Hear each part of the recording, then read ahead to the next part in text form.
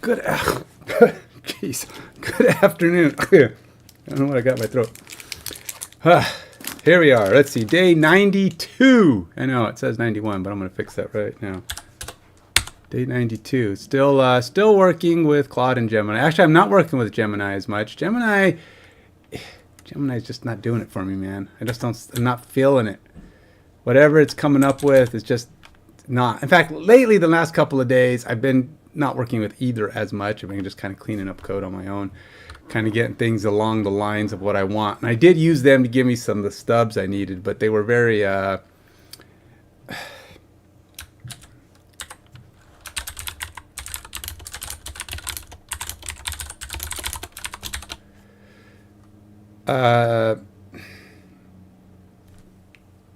rudimentary. The AIs are coming up short a little bit. I mean, it can give you logic, but when something starts getting really complicated in how things are going to function, unless you honestly, I don't think you can be on the same page all the time as AI. The more complex it gets, AI is just going to have its own ideas on how to do things. I mean, really, it does. It's almost like it's its own thinking element. It'll go, oh, I see what you're trying to do, blah, blah, blah. And no, that's not what I'm trying to do. I mean, you kind of got a general sense of things, but I tell you, the bigger your project gets, the worse AI is as using all of the things that have already been built around your application. You build a lot of parts and references and types, and you build all these things around to support your application, and you tell the AI, use these things as much as possible. But it doesn't understand exactly what they're all doing necessarily. I mean, it can see their interconnections, but it doesn't always know what you're trying to accomplish. And a lot of times it just guesses. And then it writes bad code, or it writes code that just ends up giving you more work to do. So I've been kind of cleaning up a lot of what AI gave me. And I'm trying to get it cleaned up. Like one of these examples is, you can see here on my screen, I've got this player. Let's see here. Can I get this? So I make this a little bigger, easier to see. Hopefully you can see this. What does it look like to you? Somebody's gonna have to tell me how visible is my text. Is it readable, illegible? Nobody ever really complains too much, but I feel sometimes like, I'm gonna look at my screen and see what it looks like. I'm curious as to how readable it's actually streaming this. I mean, I've looked and I usually connect just to kind of keep track of, making sure everything's alive and everything's working. But really what it comes down to is trying to get this to, come on.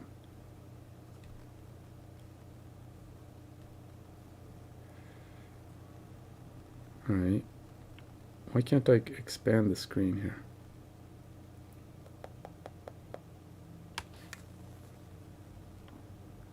All right, now can I? Oh, maybe not. It told me to rotate my screen, but it won't let me, won't actually let me see. Well, okay, so it does look legible. I guess that's good. I was able to get it close enough to see. But just let me know. If it's not good image or good quality, I could try to adjust and tweak and whatever. But, so anyway, yeah. See this player object? This is just, it created a new struct. But as you can see in my types, I actually have a player. Oh, actually, no, it's not this player. I have in my structs of my players, a collection player and team player and player. Okay, so this is where the AI doesn't understand how things are supposed to work. Now, I don't know what, it's almost like I need to find a way to feed it the flow of things, telling it what does what each object's purpose in life is. Team player represents players assigned to a specific team. So having these comments, sometimes I will see that it'll mention that I will see that the AI will mention something I wrote in a comment. And I'm like, oh, okay, so it's reading some of these. But it doesn't always do that, and it doesn't always understand. These are separate. Team player, a team player is it's a good thing, right? It's always good to have team players on your team, but it's different from the player. A player is when I import all of my stats and there's just a pool of base set players. This is what they are before they ever get assigned to a user, to a team, to anything. They're just in the system. These are the players that are available to the game. Okay, so these are just players. Once they get assigned to a team or a collection, which you can have players in your collection, but you haven't put them on a team yet, which is also possible. You could have, you could start collecting all the players in the league or all the players available, but you may only build your team out of X amount of players. Now, these players, the collection players, are not, if I generate players, they're not collection player eligible. So these players are the players. In fact, that's true. I got to write a condition for these. These players are going to be what I call a real players, a collection eligible. You can have I'm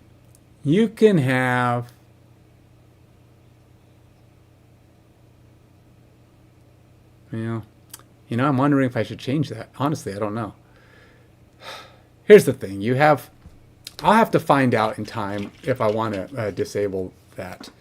The idea that you can only have collection players if they were real NFL players. You can collect the real players in the NFL, the real ones that existed.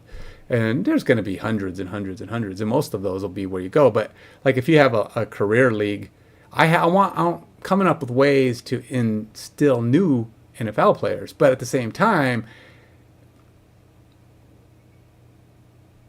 I may have to make up players, and the made up players are not collection eligible.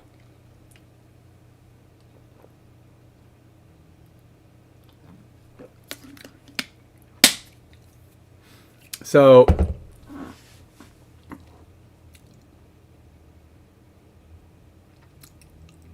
I got to keep coming up with ways to get new NFL players into everybody's league.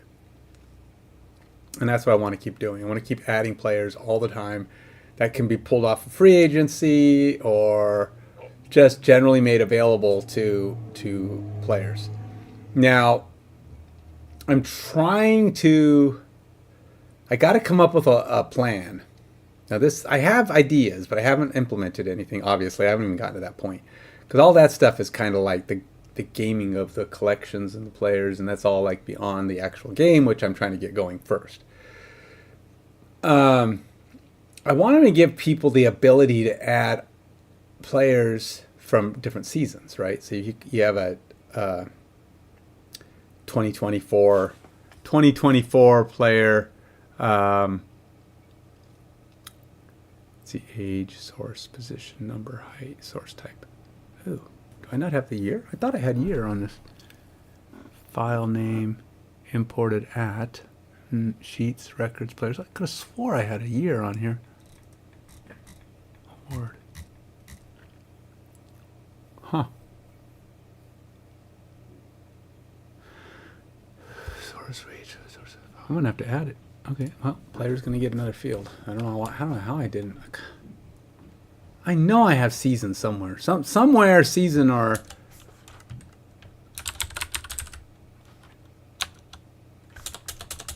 Oh, what the heck? Why did it do that?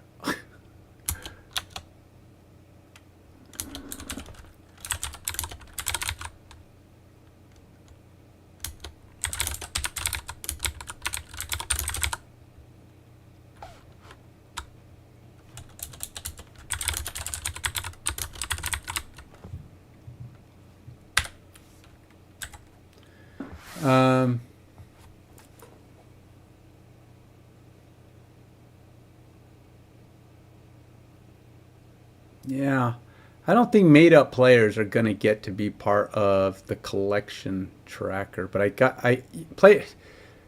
think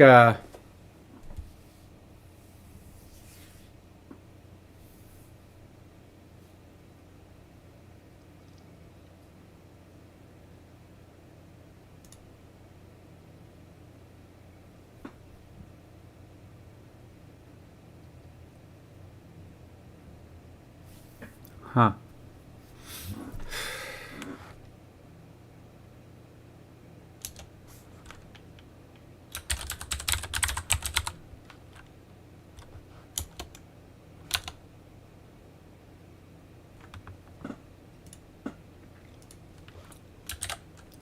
If player is system generated,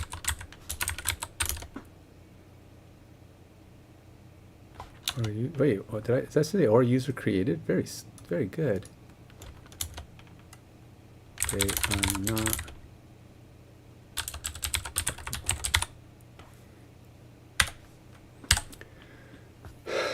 Now, what does that mean? See, I got to figure out what all that means.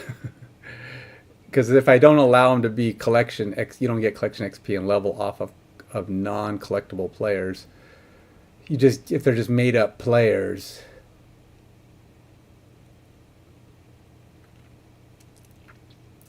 But maybe people would be okay with made up players. Or maybe there'll be like a special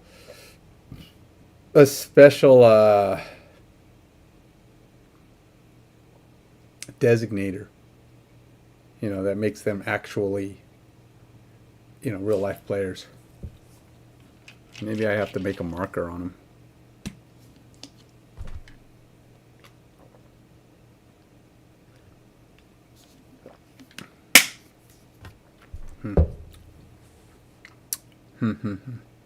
Anyway, all that being said,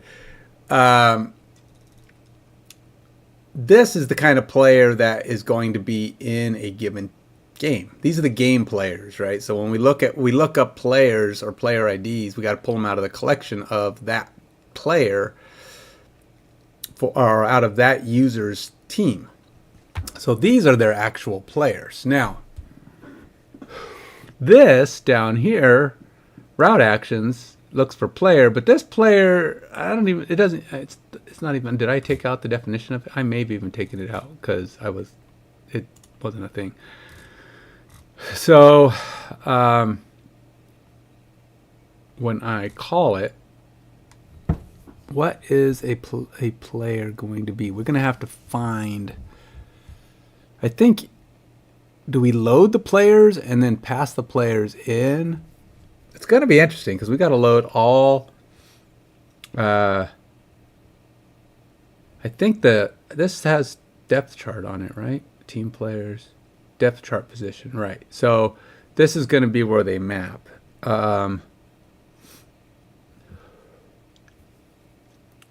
So what we need to do. We also need to go with. I need to put in some statuses. Like injured,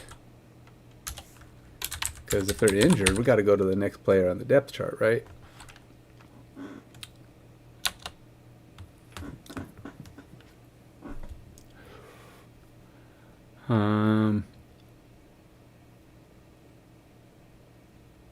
Because we're not going to take them out of their. Will they be removed from their depth chart position?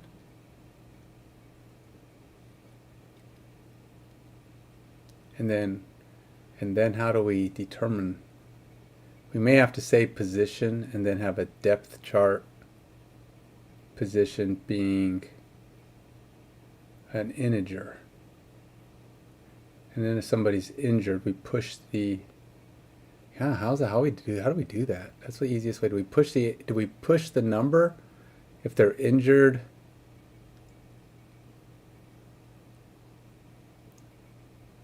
Injured means they're like not playing.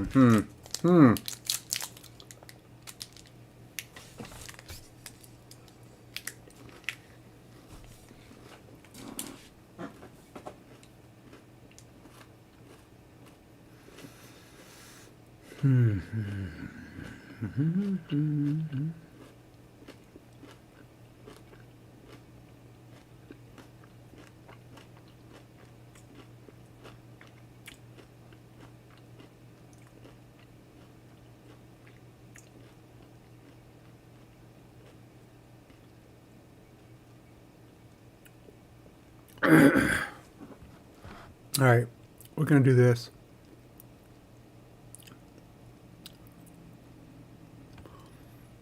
I'm gonna use my.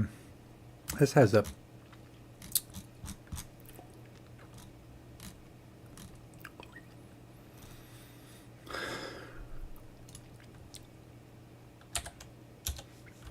position. I don't know where it's getting that from. Okay, and then it's depth chart.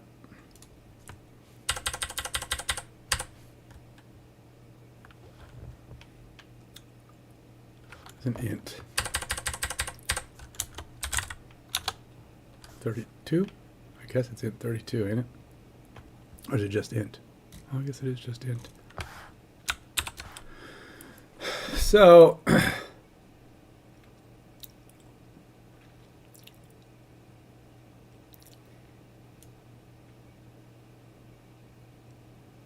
it's going to be interesting to try to figure this out.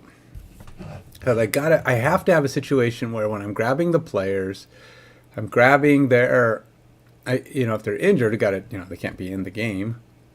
So,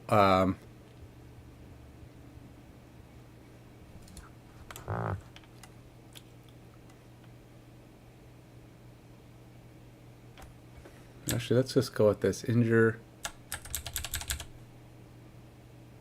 status. And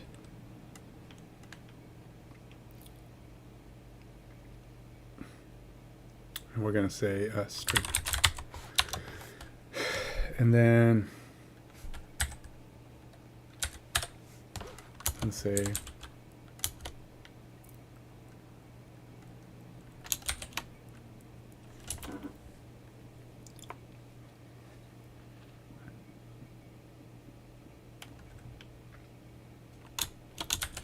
IR. Man, I got all kinds of stuff. Oh, yeah, pretty smart. Pub, NFI. I don't even know what NFI is. Not for intake. I know physically unable to perform is pup. IR, out, doubtful, questionable, probable. So these three would be like unavailable, right? So I don't know what NFI means. Not fully intelligible. I think it made that one up. I don't think that's a real thing. Well, let's find out. What does NFI mean in NFL injury status? Non-football injury or illness. It refers to players who are unable to practice or play due to injuries or illnesses that are unrelated to football, such as those sustained outside of games. Players on the reserve NFI list are ineligible to practice or play for the first 6 weeks of the regular season. After that, they can begin practicing and potentially return to the active roster. So it's stupid. Players who are messing with their career, I don't know. I mean, I get it. These guys are athletes, They want to go out and play basketball with their friends. If something happens, it's dope. They want to go out and ski and do fun stuff, but stuff happens, man. Such is life. I know some guys, when they're getting paid gajillions of dollars, though, they have, like, don't do this clauses.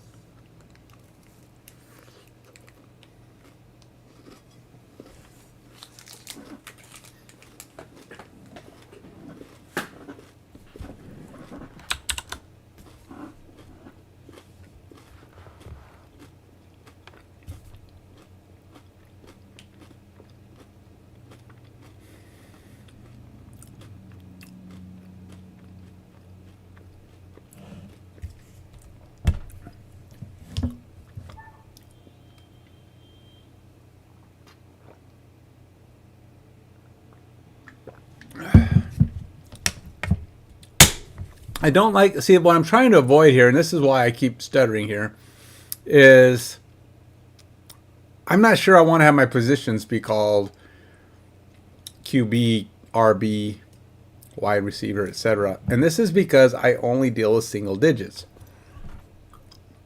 So if I say depth chart position, it's 1, 2, it's an integer, right? So 1, 2, etc. But if I say QB, then I have the positions, which are Q1, Q2, Q3. And what I really need to do is just take this out and call them Q, R, W, etc. I have all positions defined as something unique.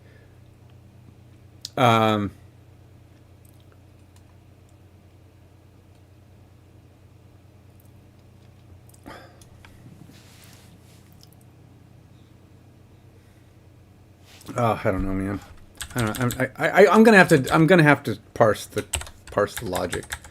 That's all I can do. I don't know how else to do this. I'm thinking I was gonna just deal, but one of the things too is this logic doesn't really allow for odd positions like fullback and halfback and specific positions for the linebacker, you know, that kind of thing. Like if you say a guy is linebacker 1, he's not an inside linebacker, he's a linebacker. So you've got 1, 2, 3, 4.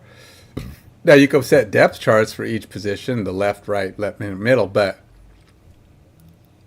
is that always how you want your guys to line up? I mean, there's only so many ways to do it, right? I mean, unless you're going to give every single position an exact title, and is it really wide? With wide receivers, you might have it be wide receiver 1. Maybe I shouldn't be trying so hard to be 2 digits. I don't know why I'm trying so hard to be 2 digits, but. And then also, how many teams have multiple fullbacks? I mean, you're going to have one fullback if he gets hurt. I mean, do they really have a halfback depth chart and a fullback depth chart? I don't even know if they do. I mean, let's ask my buddy here. Hey again, Kenneth. I'm here whenever you're ready. Hey, in the NFL, when you're talking about depth charts, do teams really have like a depth chart for fullback, halfback, and the individual lineman positions like right guard, left guard, or is it really just like positional, like we have 2 guards, 2 tackles, that kind of thing, 3 running backs? In the NFL, depth charts are detailed. Teams list positions like fullback, halfback, right guard, left guard, and so on. It helps players know their roles and coaches to plan strategies. So, yeah, they get pretty specific. Planning to dive into football management? Well, that's part of the game I'm creating, but I'm just trying to decide how to, when we're defining positions on a play, I'm trying to figure out the best way to track the individual positions. I was just going to do running backs can be all types of running backs, and wide receivers are all receivers, and so on and so forth. But I'm trying to decide if I need to go that detailed. Got it. Making it streamlined could broaden your game's appeal, but adding depth could attract strategy lovers. Think of your target players. A balance could work. Core positions with optional detail. Who's your audience?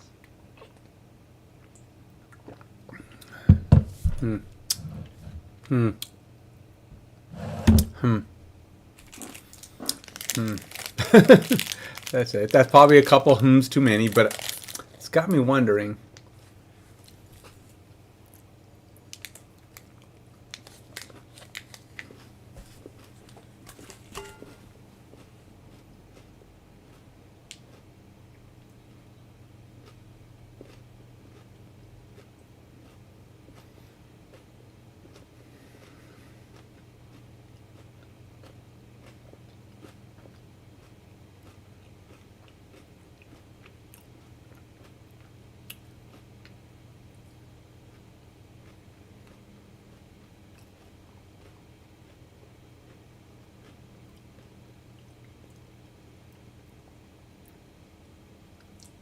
Thing is, I'm not even sure all the players that I have in my stats actually have distinct positions. I'm not sure if they even have that. It sure creates an interesting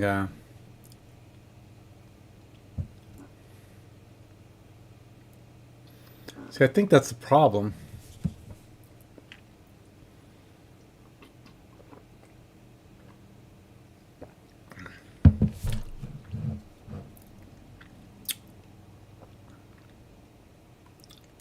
Well, you know what? I can add, change, edit that stuff later.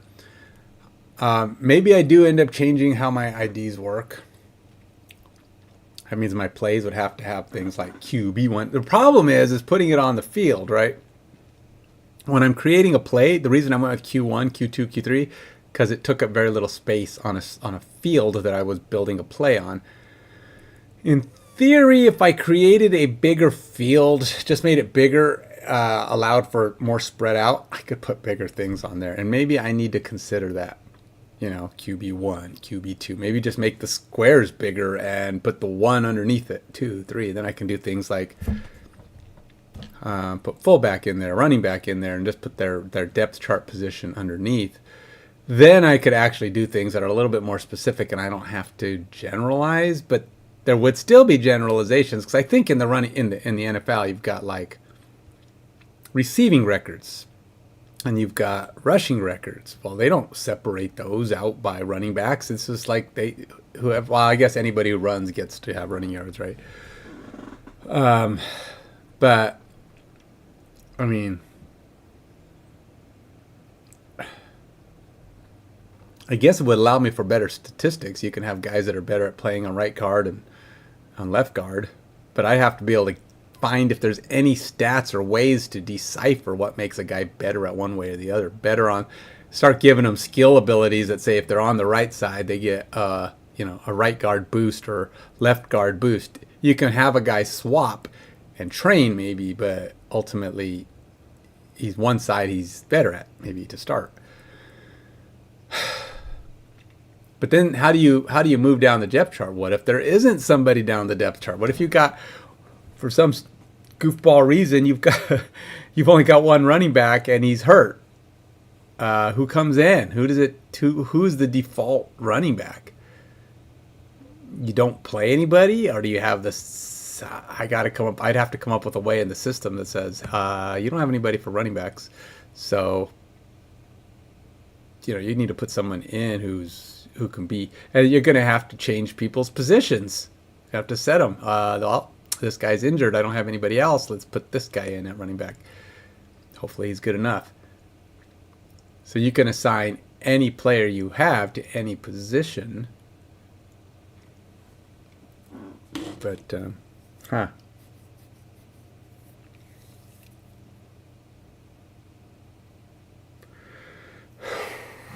And do plays act? Yeah, you'd have to say which position, right? Because sometimes you want your one on the right and one on the left.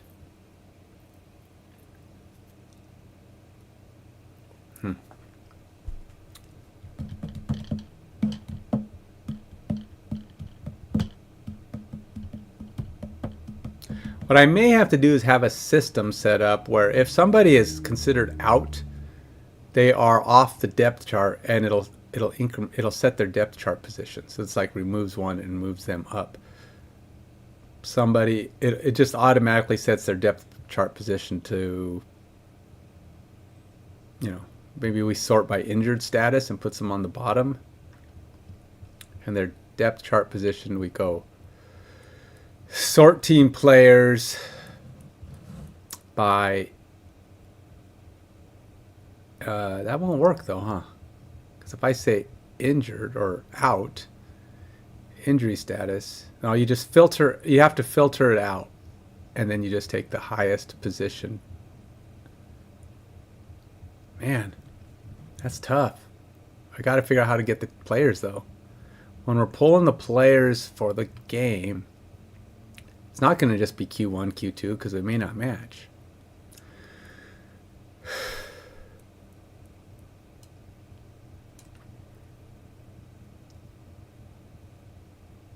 Now, my plays are not currently written that way, so let's just leave it at QR. I don't have any players in the system anyway. So I'm adjusting all this stuff, but yeah, I don't even have those players. So let's go ahead and go over to my run play. And run play's got the execute route step, Let's go ahead and close this. I don't know what the ad play is for coach's game plan. All right, so let's not do that. All right, I'm just trying to get through all of these compiles is really what I really need. And player, the player performing the action, which is not actually a player. So let's go over to my players proto. And I got my player here. Now let's split this out, get rid of that, open up my types for players, make sure we're on the same page, everybody's aligned. So the proto ID name, team ID? No, see that's not,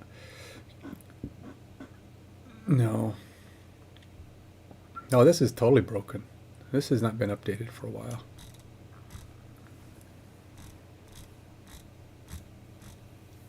Team player, collection player. Okay, so team player has ID. Team. Oh, come on. Why this has still got snake case in here? What the frick? I know I got rid of snake case. Oh, God. Why does it do that? It's like you can be either.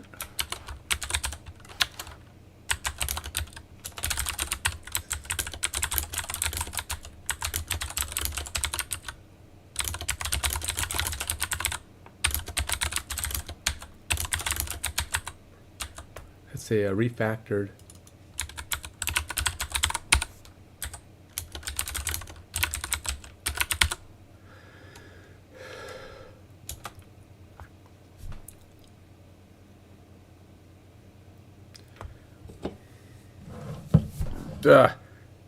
And it was AI that wrote it, and I took it, and I got to remember that when it's giving me new protofiles, that I got to tell, hey, look, I do things in camel case, not crappy snake case. I hate snake case.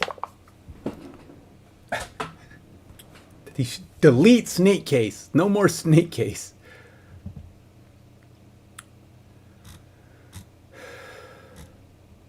All right. Making sure that it did it.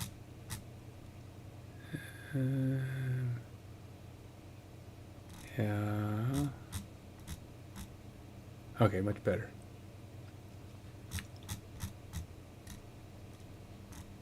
Wait a minute. Didn't put everything in though. That's where the award list go. Where's collection players? Hey, that's not the whole thing, my buddy. Oh. Well, what the heck? Did it resort things? It did. It resorted stuff. Oh, that's going to be a pain. I mean, it's not that I have a problem with the resorting. I just don't know how to verify that it's right.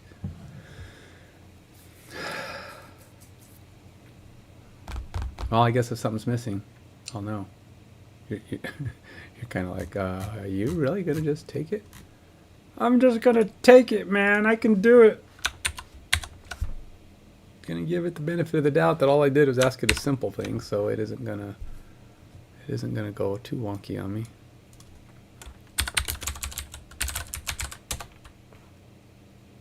Wait, what? Oh.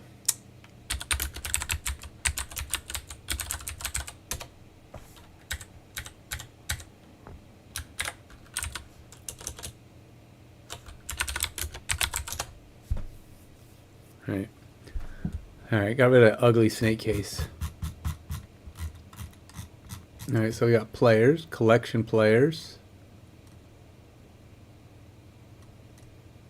And let's go see if my players are in line. Okay. ID, name, season. age, source team ID, position number, height, weight, source type, imported stats, potential stats, imported created. Did it actually fix things? Because I think it was messed up before. Collection player, ID, user ID, player ID is collectible available, player collection awards. Update. Huh, might have actually fixed it. And awards is on there. Award, team player. ID, team ID, player ID, league ID, base stats, player stats XP, general earned XP, position, depth chart, injured status. Yeah, it put all my new stuff in. Very good. It did better than just change the case. It actually added a bunch of other things. I actually ran out of stuff. Oh no, that's just the ones. It added all of the response objects, response and request objects, which is fine. Okay, so but the items I cared about were the things I created and updated. So, I mean, I should care about all of it, but that's the idea. So, team player. I don't know what the nomenclature is for player, like when you have a group of players like this.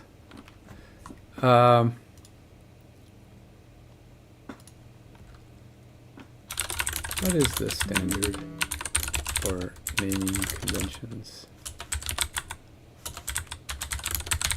I mean, okay, so it depends on what you're doing. I know there's a situation where, like, if you want to have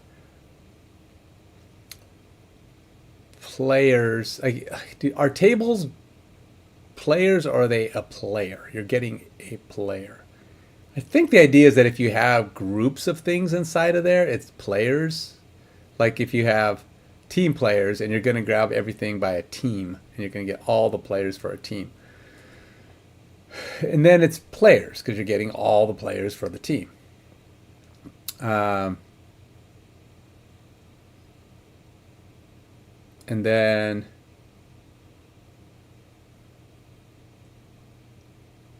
but is it play team? I don't know. What is the standard for naming conventions for Mongo DB containers or structs? Generally, are they singular or plural?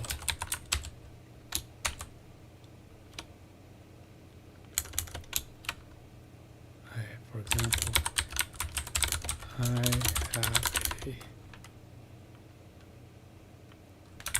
team players struct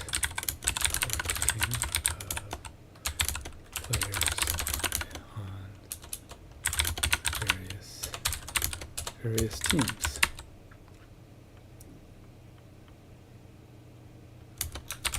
Should that be singular or plural?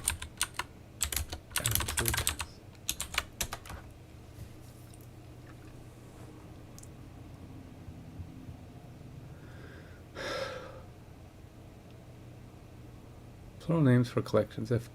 It's common to use plural names for collections to indicate that they contain multiple documents, for example, players, teams, orders. This helps clarify the collection represented. Singular names for structs or models. When defining a struct or model representing a singular document within a collection, it's typical to use singular names. For instance, a struct representing an individual player might be named player, while collections storing all players could be players. That kind of makes sense, because you're usually dealing with one or two players at a time, so it's just a player. But the collection is, they're all there, and you might be looking through all of them and grabbing all of them and dealing with all of them, but you're going to load up a struct with one player. It's just going to be that one player. So I kind of get it. It kind of makes sense. You're kind of dealing with an individual object. I mean, I'm okay with changing it, and now's the time to do it. And so when you're dealing with it, because that also makes more sense in terms of I'm passing it around. I'm not passing around players to everybody. Not usually am I passing an entire team. I'm passing the player, the one player.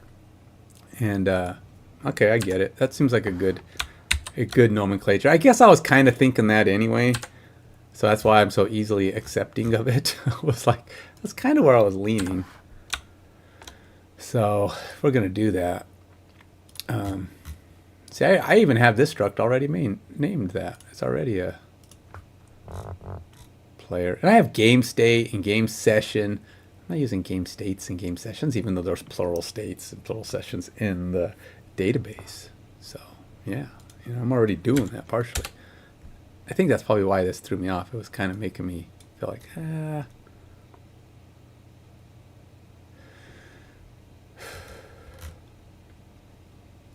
collection players. Where's collection players? Because it's obviously somewhere. The proto. Something is using collection players. Oh.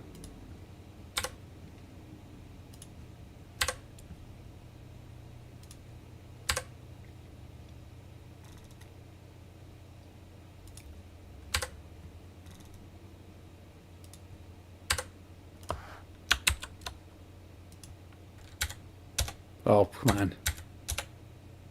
There you go. Okay, so let's do that. So we're going to get the PB player back, which would be a better option anyway. So we'll close that. We're going to go back over to my run play here.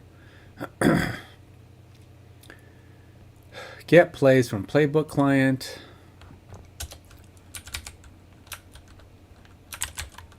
To do get players for both plays from players service client. Off play service client.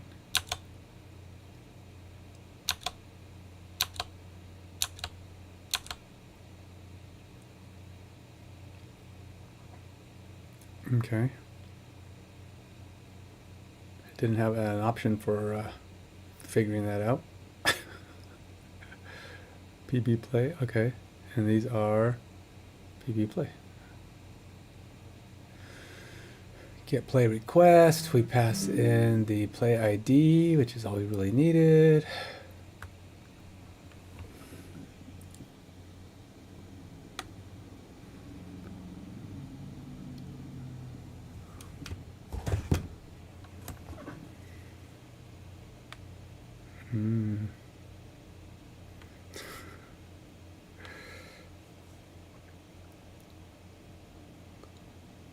Burrito day.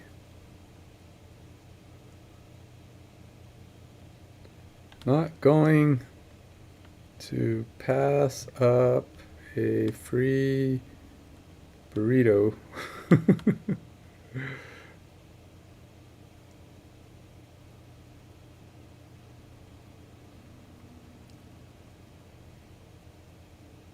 Today's April 3rd? Check it out. Who is that? Is that Qdoba? Oh wow, I like Qdoba.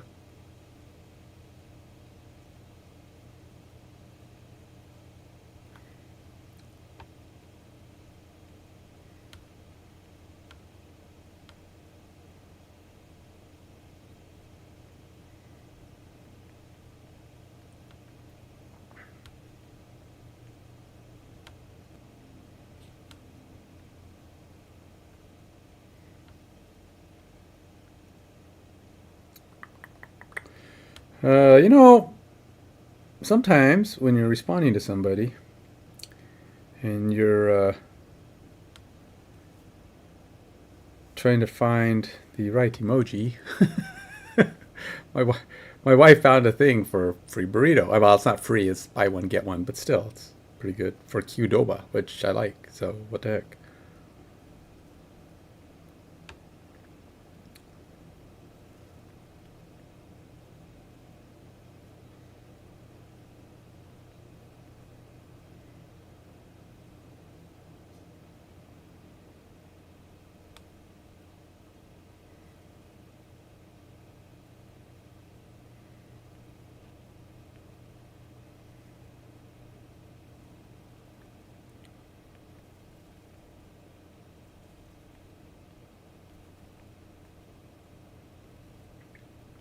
Let's see, just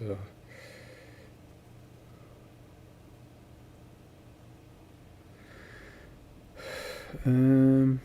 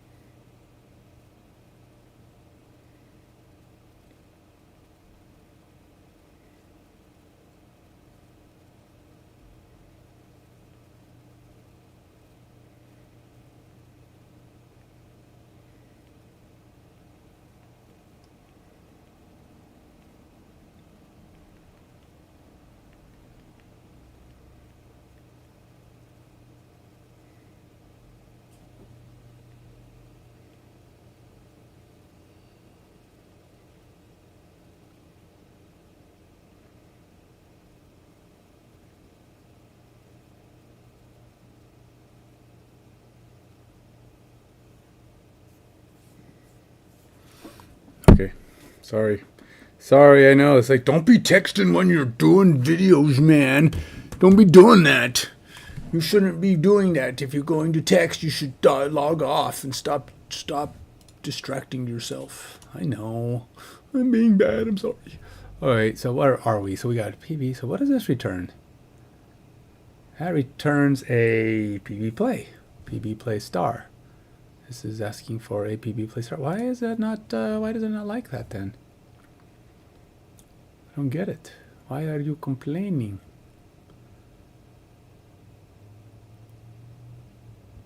Well, the issue isn't about the individual values.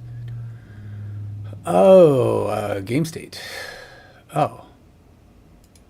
Yeah, I probably don't need this. I don't know. I may not be needing some of the stuff I've been doing. Because do I really need to, if this game state I am using is going in and coming back, it's a variable, it's going to already be set. Because we're pointing to a reference, so, you know, should be coming back correctly.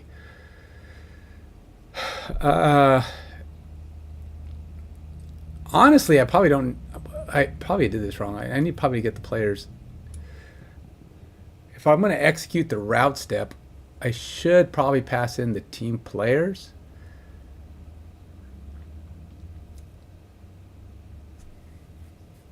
I wonder if I should get the team player and then pass in the team players.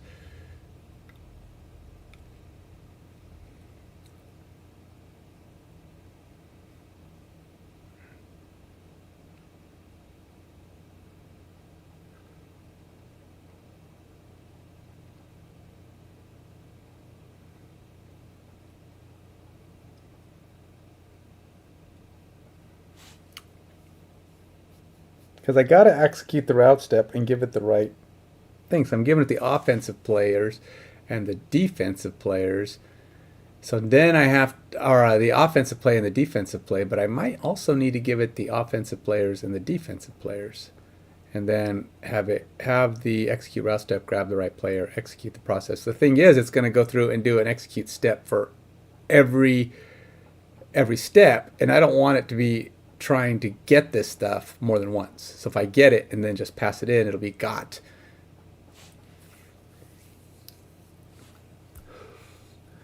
Get players for both. Oops.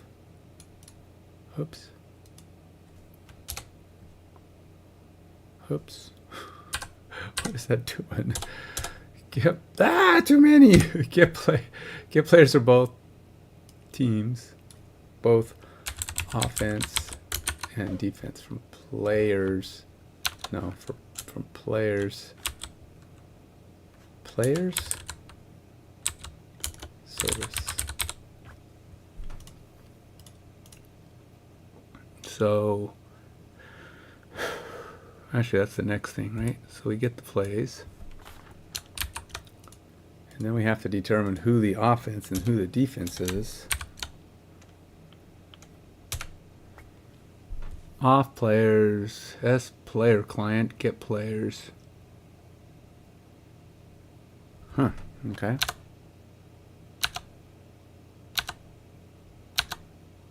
It's probably close.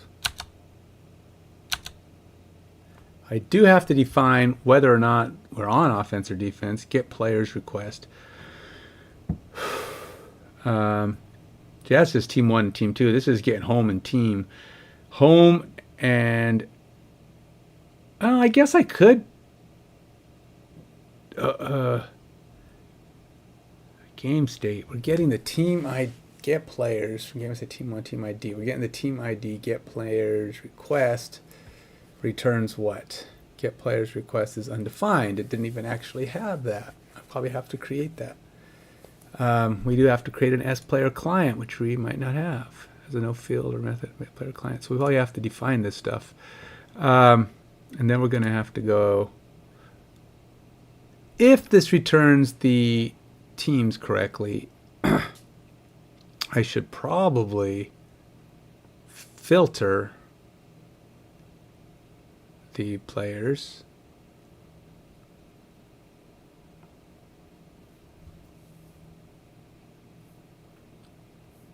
I mean, I guess I could just pass it in and have them pull them out.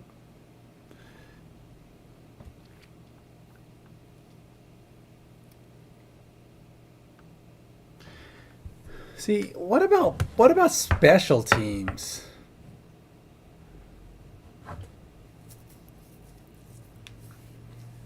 See, I'm trying to decide because now some players, like some wide receivers, might be wide receiver 4, but they're also the returner, kick returner 1, you know, or some, you know, wide receiver 1 might be kick returner 2 or 3, just because they back up those guys.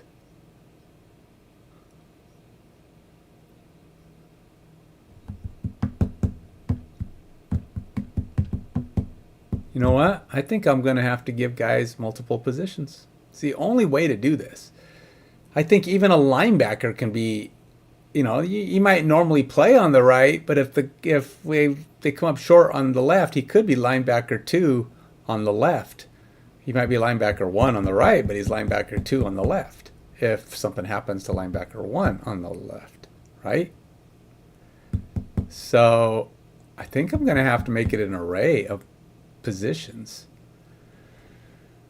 And generally it shouldn't conflict.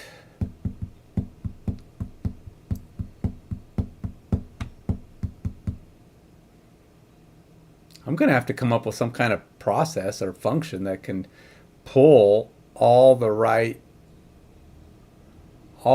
players for a play.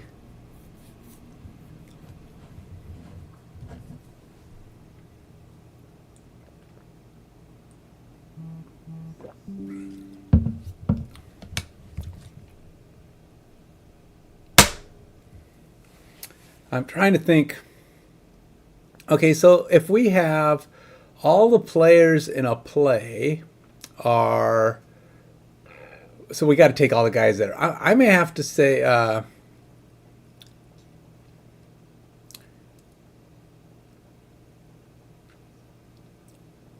I'd like to not have,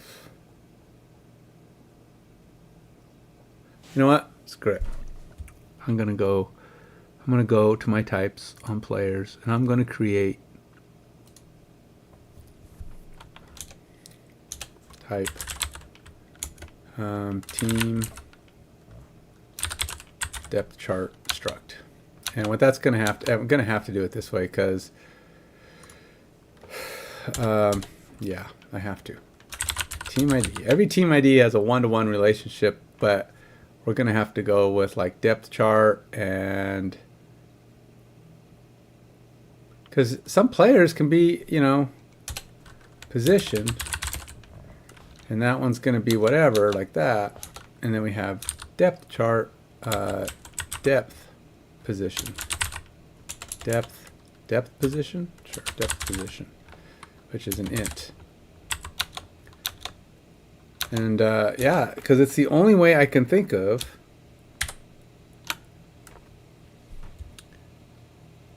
I mean, probably have to define it with the player ID. I'm always, it seems weird to have to do both of these. Okay, so we got player ID. So a team can only be in one league, so it's team ID and player ID. And then we're going to have team depth chart.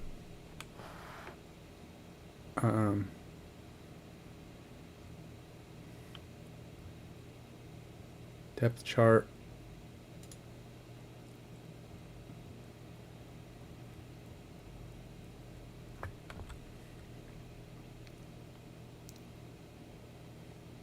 Sure, I'll say team depth chart. Team player. Team depth chart. Position.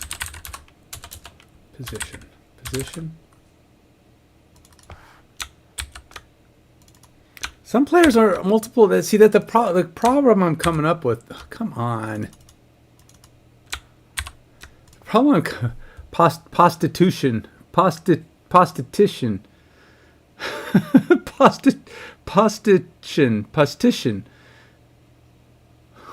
think it's just supposed to be an S. Postition. Position? I don't even think there's okay. I think the problem is I just don't know how to spell anymore. My brain has gone off the deep end. Position. Team depth position. We got team ID, the player, and what position it is, and his position on the thing. And that means I can take out both of these. And depth position can actually be... Wait, what did I do? Oops. Did I get carried away? I did. I got carried away. Team depth position can actually be an array because you can be in multiple positions. Now, I'm curious about doing this, like, this floaty thing. But the problem with that is you'd have, like,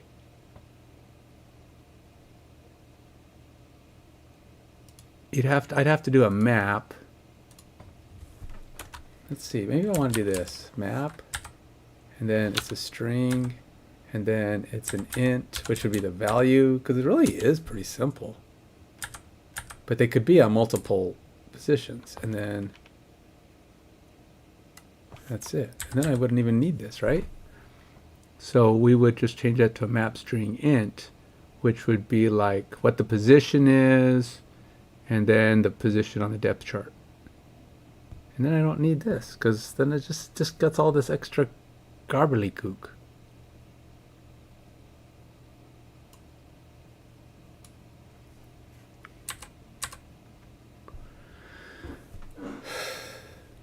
So this would link within.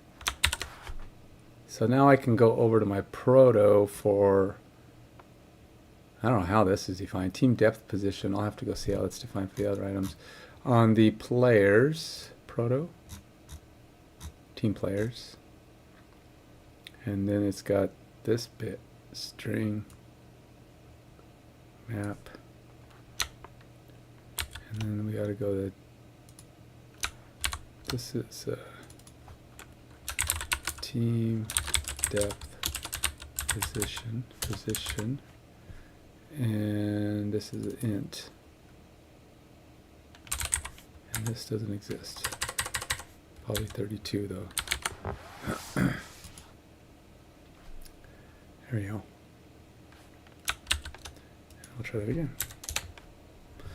All right, so we redefined that a little bit so I can have a team depth position. This will allow players to be at multiple positions, because there's going to be times when I have to figure out how to get these guys listed. And we have to go to the ones first.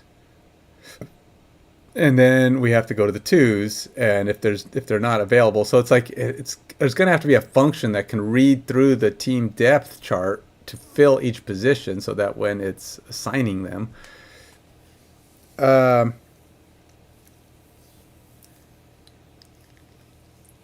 then we have to like pass in the list of players, because the team players might be different from us. They might actually be their own subset, like the game players, or things can change too in a game. What happens when you have to call in a sub?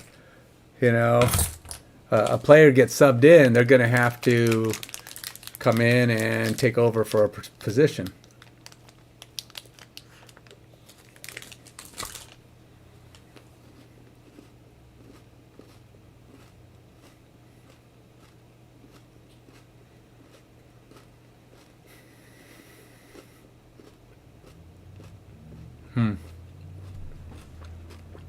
I'm really getting into the nitty-gritty of this game.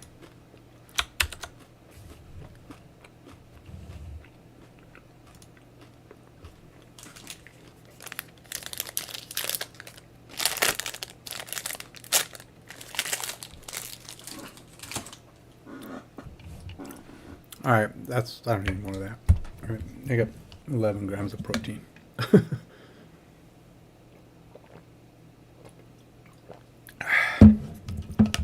All right, 17, 18, 11, 12.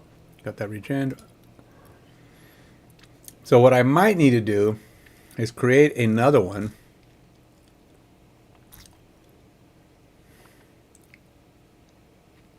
Assign player to team request. I don't know what that's going to do. I don't know what that's purpose is, but that's later. What I'm going to have to do is, I think, there's team player. And then we're going to have to look at where should I do it? In the simulator? I think when we run the game, we may have to pass active players into the run play. You know what? We may have to do this at the run game level, because I don't want this at every play to go define the players. That'd be silly. Every play, go get the players and have to filter them and do this every single play. No, we want to do that when the game is created. Who's active? This is what we're doing. And then there may be situations when we start getting to injuries and such that might create a need to put in other players. But I think what we need to do is define a function that at the start of the simulation, at the run game simulation, we need to get active players. Maybe even at the, when would be the best place? And we'd have to hold them, like in an in-process. Because we don't necessarily need to know who everybody was active later. We don't have to perma-save it. All right, so... All right. At workspace. Okay. So each time we run a game, I will need to get the active players for each team. I don't want to be reloading them.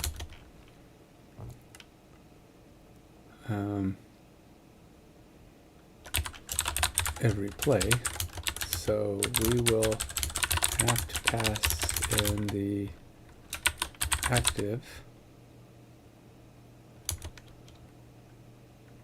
players filtered the team players.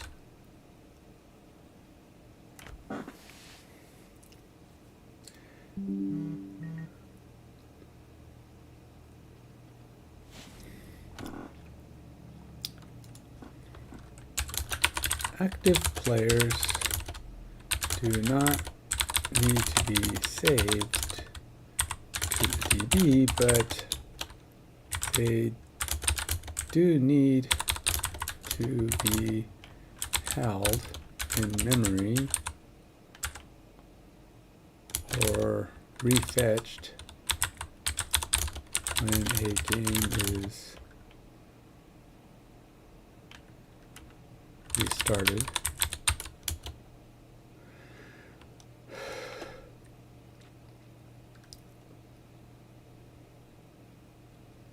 And passed in and use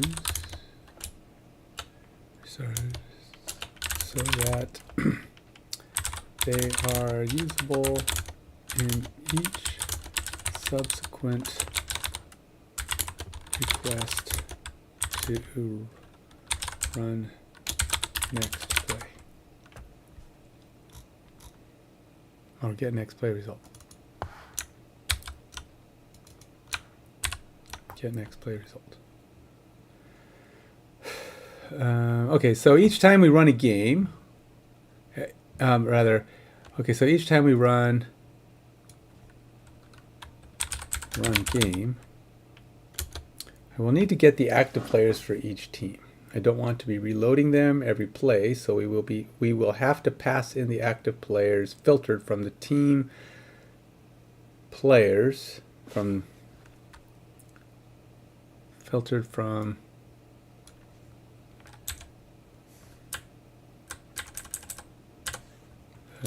team players. Active players do not need to be saved to the database, but they do need to be held in memory or refetched when a game is restarted. Then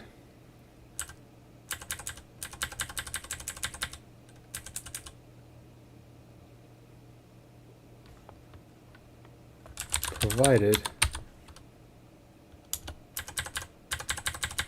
in each subsequent request to the get next play result.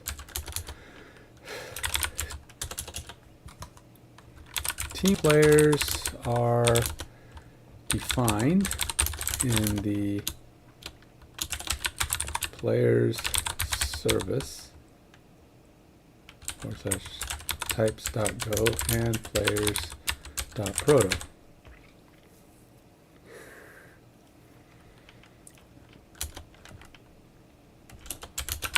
Active players are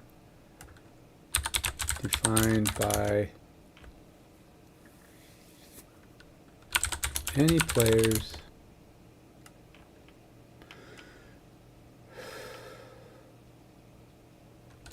on team not or with a status other than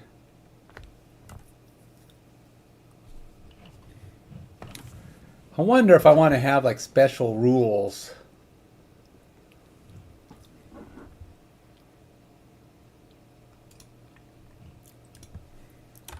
What are the injury status rules for the NFL with regards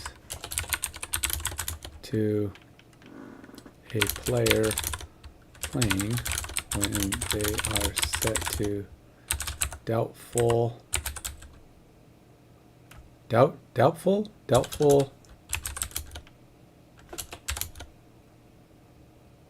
or questionable.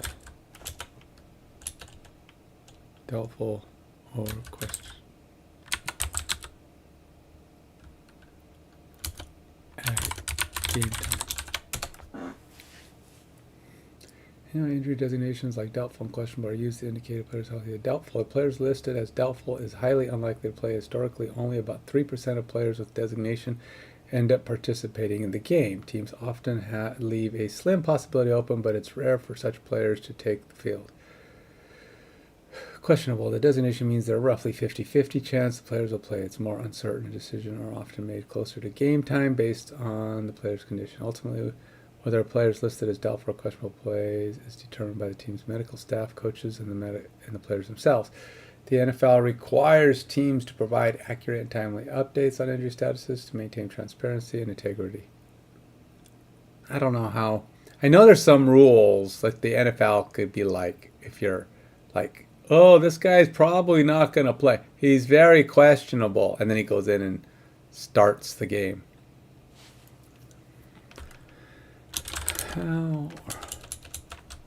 What happens if a player who is questionable starts and plays his normal workload?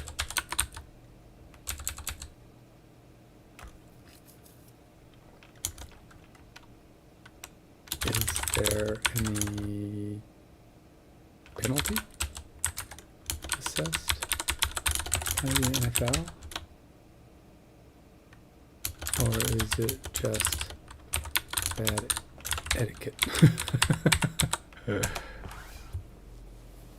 If a player lets his question ends up playing and performs their normal work, there is no penalty as long as the team has followed the league's injury reporting rules. The NFL's injury report policy is designed to ensure transparency. Whereas betting and competitive integrity, teams are required to provide accurate and timely updates. If a team knowingly misrepresents a player's status or fails to disclose relevant injury information, it could face penalties such as fines, suspensions, or even loss of draft picks. However, if the injury designation was accurate at the time it was reported and the player's condition improved enough for them to play, there is no issue. So while it might raise eyebrows, if a questionable player suddenly plays a full game, it wouldn't be considered a violation as long as the reporting process was honest and compliant with the NFL rules. It's more about maintaining trust and transparency than etiquette. So,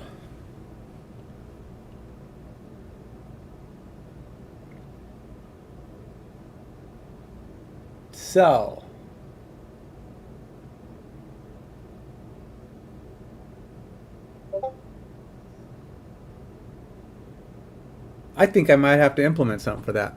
I like that.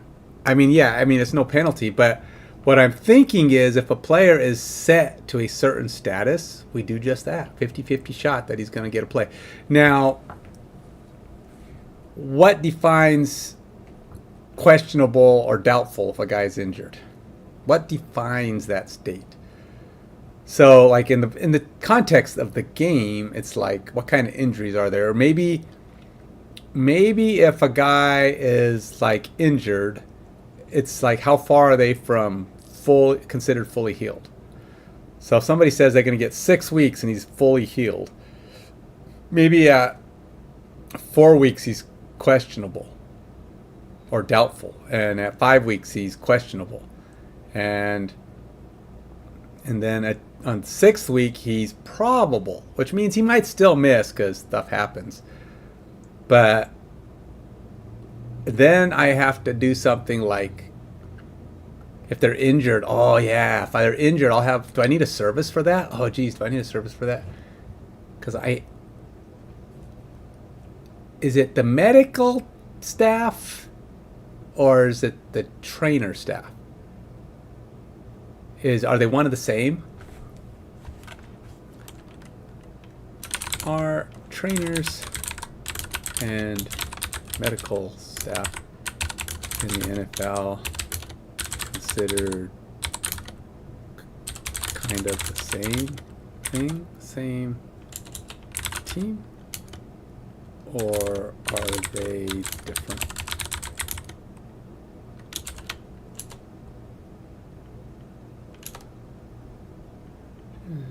Closely together but have distinct roles. Athletic trainers are primarily focused on preventing, diagnosing, and treating muscular injuries. They handle tasks like taping, bracing, providing first aid. Medical staff, on the other hand, includes team doctors, orthopedic specialists, and other healthcare professionals like chiropractors and dentists. Really? Teams have dentists? I guess they would. If you get a tooth knocked out, you need somebody to put it back together. It's just weird. I mean, you can't just go see your dentist down the street? But I suppose for emergencies or quick fixes, right? Their responsibilities are broader and include diagnosing and treating more complex injuries or conditions. While they collaborate extensively, especially during games and practices, they are considered separate groups within the team's overall support system. Their combined efforts ensure players receive comprehensive care both on and off the field. Huh.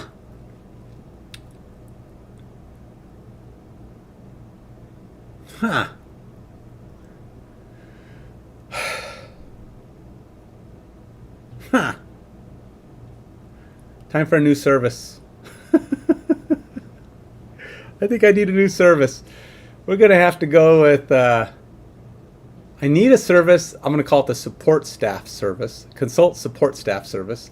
And I'll have things that'll like... I can have things that are tweaked and prodded based on injuries. And maybe during the setup of the game, all the players that are in certain statuses will get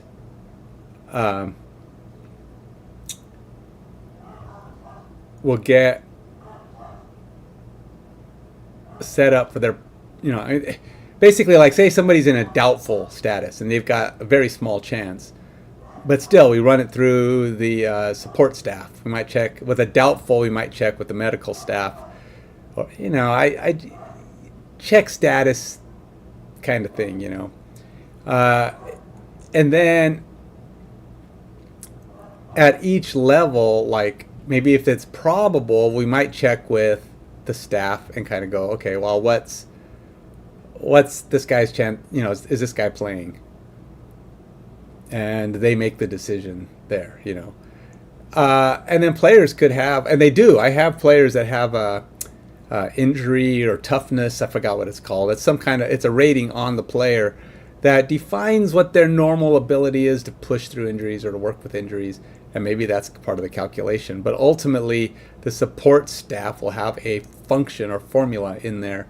And I could do other things, like that might be the one that's used to help rehab players. You know, when you're sending them through different, you know, features or functionalities, that stuff will be in the support staff service. That service will handle all the things like keeping you guys healthy and training them, and maybe there you could build up, you know, your support staff capabilities. But it's not like they're not players. They're gonna have, I would think you could almost have like a support staff player, because you're not gonna have, or I'm not gonna create an entire logic. I could have something in the, I wonder if it'd be better just to create a player's task, and I'll call them support staff, and it'll be things like trainers and skill coaches and medical staff and whatever other miscellaneous kind of things, you know. Like I'm not going to have it so you can hire doctors and orthopedic specialists and healthcare professionals and all this other stuff. It's interesting that teams have all these guys, and maybe you could spend some money and hire them, and it just adds features and functionalities to your medical staff. Your medical staff can now do blah. Your medical staff can now do blah. But it's just, you know, what are your chances for treating certain types of injuries? Maybe it speeds up, you know, recovery times if you have these guys. But really, it's not like you're actually changing. It's just that one thing that's getting improved. It can now support this feature and that feature, and which will just accelerate your healing times, or maybe help prevent or reduce the length of injuries, that kind of thing. I like it. I'm thinking it. Yes, I might have to have a. I'm starting to think maybe I don't need a service though, because that's like getting really far into the weeds, and I don't want the medical staff to be that big. But like if you do add certain types of staff, we could start adding new abilities to them that will help support with certain types of injuries and certain types of things that go on. You can get an injury, and you know, if your medical staff can support that injury, then you might be able to reduce the time it takes to recover from said injury.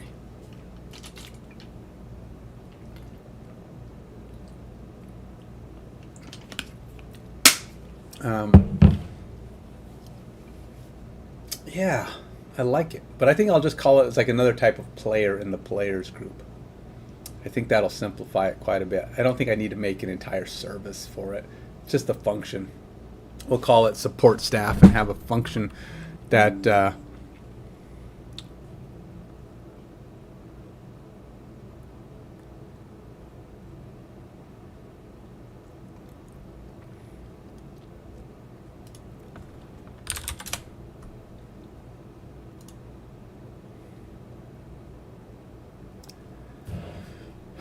Um,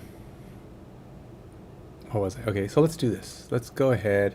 I'm gonna go over to my players here. I'm just gonna create the group. We're gonna call it type team staff struct, and it's gonna be team ID. Do I need a staff ID? I don't think I need a staff ID. Because every team is just going to be. In fact, I wonder if I even need. Yeah, because it'll be team staff, and then it's like we'll be.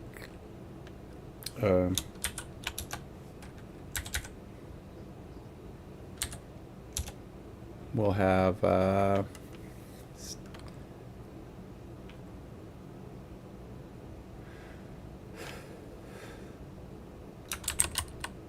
Staff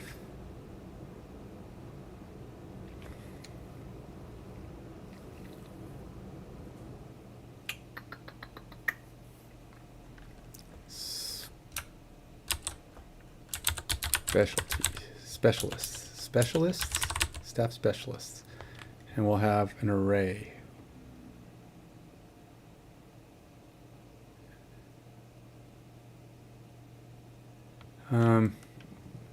Actually, I want to call it team support staff, because staff implies it's going to be all your coaches and stuff. Coaches, I may have a different. Coaches go in as players. They are a player on the team. They do whatever whatever they do.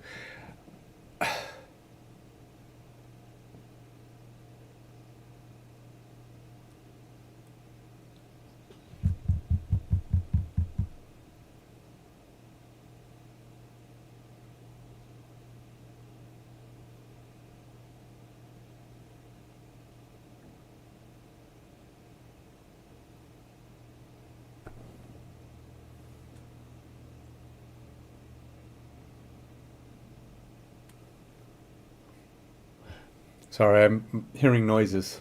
My ears are hearing voices that are so faint I can't tell if I'm hearing voices or if I'm just, my brain is, somebody's talking to me in my head. God's calling me, hey, I got something for you. What is it? I don't know. Yeah. Man, I am jealous of all those people in the Bible who God just spoke to. You know, there's no ifs or buts. It's Noah. I need you to build a boat. And you know, Noah's like, what? Where's that coming from? You know, it's like, man, you know, if God would just talk to us, things would be so much easier. I get it. You can't talk to everybody. I mean, he can, but I mean, first of all, there'd be no question, or there'd be a lot of people going, you know, you hear all these people, you have TV shows and other things, oh, God spoke to me. And everybody who's never had God, just come right out and speak to them is like, that person's crazy. But God doesn't just speak to you. He doesn't just tell you things. But, you know, he's done it before, and there's no reason why he can't do it now. And you're just like, I don't know if I should be jealous of a person who's made that claim in real life. Obviously, TV shows don't mean anything. I don't know if I'm jealous of those people or if I'm skeptical of those people. Because, you know, you reach out to God and you go, hey, God, I really could use some direction right here. And you pray and you listen and you listen and you wait. And yeah, speaking to God can be frustrating because sometimes it feels like a one-sided conversation. But then stuff happens. Things happen. Things that line up and you're like, I did not expect that. And you're pretty sure God's listening. He's hearing you. Things come on. Things happen. And, you know, there's a lot of things in my life. I could list off some things that are just like way, way beyond coincidence to not have it be God doing something in my life. So I have no doubt in my mind he's working. He's doing his thing. But still, it's frustrating. You know? people say, oh, just don't worry about it, just pray, and God will do his thing. And it's like, yeah, I know, but I wish he would just talk to me sometimes. I don't know, maybe I would think I'm going crazy if he actually spoke to me, big booming voice, and I'm like, Ken, what the, where did that come from? This is what I want you to do. Okay. I mean, if that happened, I mean, really, if you heard a voice that basically echoed and reverberated all around you, could you even question it? I mean, short of somebody installing, massive concert setup speakers all around you, you couldn't deny it. You could not deny that somebody was speaking to you. Now, yeah, you could maybe start getting worried that maybe it isn't God and it's some other dangerous creature. Yeah, Satan talking to you. No, the thing is, Satan's not Paul. What do they call it? Not Paul. Omnipresent. He's not everywhere at once. So, like God is. God can be anywhere. He's anywhere. He's everywhere and anywhere, all the time. I know. Where did this come from? You say. What are we talking about? What? You just totally jumped the tracks, ran down the hill, dived into the lake, swam to the bottom. What are you doing? It's when I'm thinking about a voice in my head. I hear noises and all of a sudden I'm thinking God's talking to me.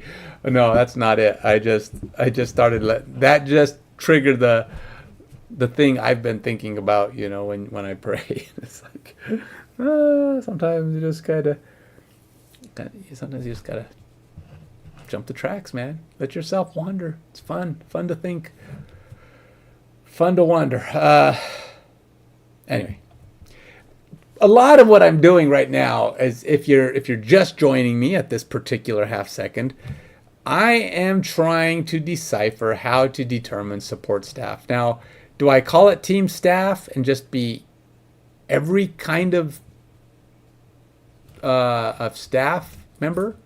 Like you can have a head coach, a medical staff. You could have, everybody's just one type of coach. It's like a specialty, but maybe they do have specialties, and that actually could work. Let's call it specialties. Yes, let's call it specialties. Specialties, because some guys might have more, and then we're also going to have staff type, which will be a string, and then we're going to go up here, and we are just going to call it staff, and maybe I won't put the coach on the team. I'll just grab the, but the specialties can be an array, because I don't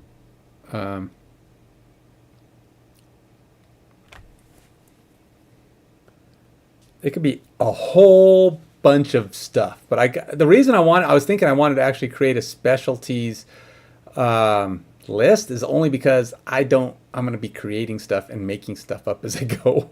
It could be anything. Any kind of specialty could show up if you have the right kind of staff. You got head coach, offensive coordinator, defensive coordinator. If I decide to put these guys in, they're all going to exist. They're all going to be in there. There probably won't be an owner, by the way, because you're kind of the owner. You are the master of your domain. GM, maybe you're even the GM, so I don't even know if there'll be a GM. So the idea is, if you're a coach, that's no good, right? Because then you change teams all the time. You're actually on a different team, coaching different teams. If you're OC, DC, that kind of thing. But maybe we get a skill position coach, or a skill coach, or whatever, and his thing might be, QBs, defensive. I don't want to have a QB coach, a blah blah blah coach, a blah blah blah coach, but I could have, if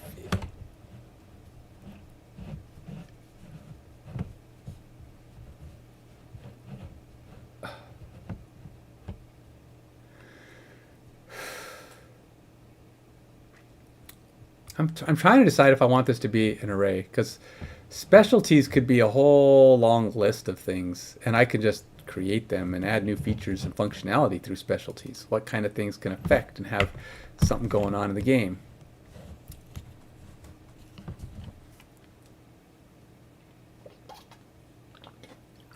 I already have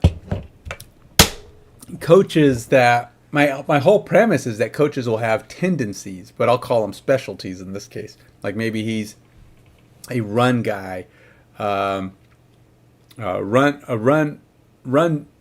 game would be a specialty. Just whatever their possible specialties are, and I could have dozens and dozens of specialties, but every type of staff would have, what kind of staff can be that specialty. So I would have to give them a staff type and potential. So we'd have staff type and the specialty that could go with it. And so this is going to be, specialties. And we're just going to call it an array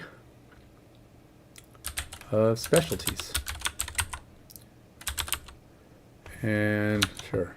And then we're going to go down here and we're going to call it type specialties. The specialty and the staff type. These are all of the specialties that a staff type can have. But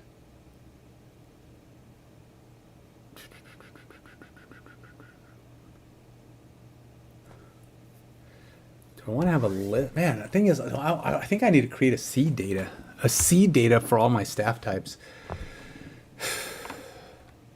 All right. And then I need to have, so we have the team player, and then we have team staffs. Team staff is a player, probably.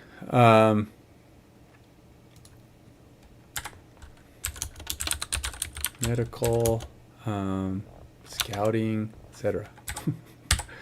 And we're going to have the staff type and the specialties that they, I want to associate some specialties to staff type, but then I want to be able to assign. So we'll have the specialties and the staff. All right.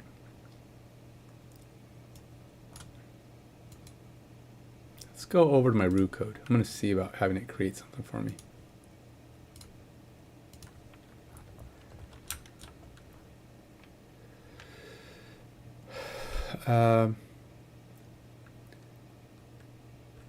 Can you create for me a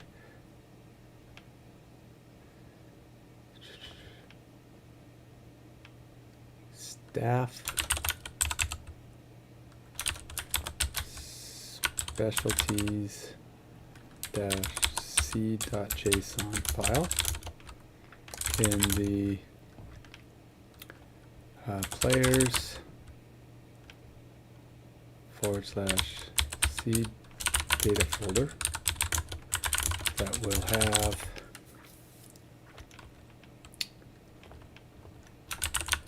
staff type and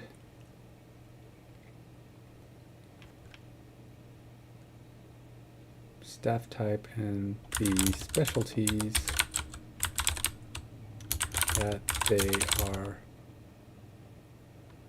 that they may potentially have.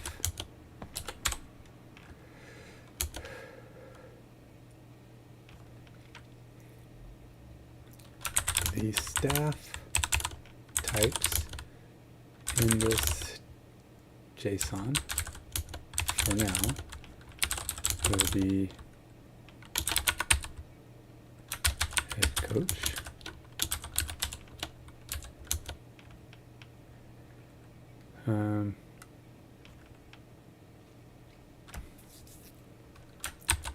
defense coordinator, PC, OC, medical,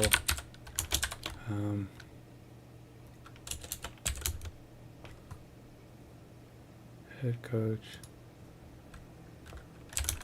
specialties,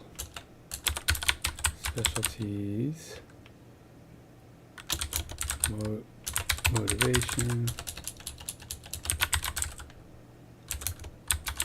discipline, run game,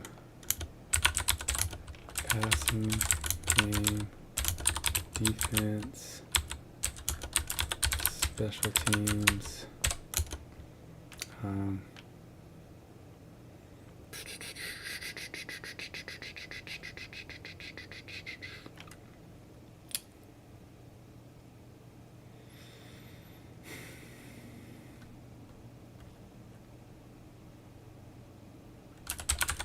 play calling. I don't know what I'm gonna do with some of these, but I feel like some coaches have these kind of things, so I'm putting them in. Play calling, I'm thinking maybe certain kinds of skills like that might be special features. Like play calling on some coaches might allow you to do something like script. He might have some scripted game plans. So he might have the first 100 plays or first 20 plays scripted out. And you can script out plays or get really close to scripted plays with my game plans. But he'll have a game plan that comes with him that's a scripted thing. So play calling is very specific for how he wants to get through. So that might be something where I try to optimize how successful he can be. Now, the problem is it may not be very good if he's got a terrible team, right? He may have to adjust his script, but he's got that option. He's got play calling, and I'll have to decide how that plays out. But I'm going to have all these things: motivation, discipline, run game, passing game, defense, special teams, play calling,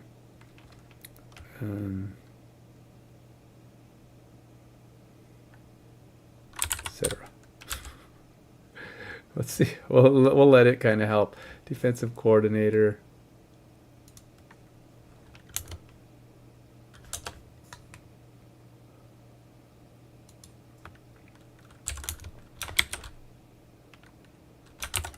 QBs. Running back.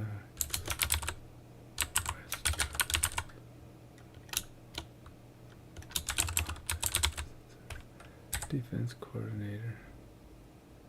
What else? What might they have? Specialties. Got OC. Linebackers. CBs.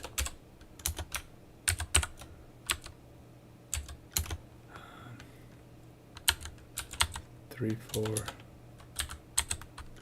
Defense, nickel, etc. OC,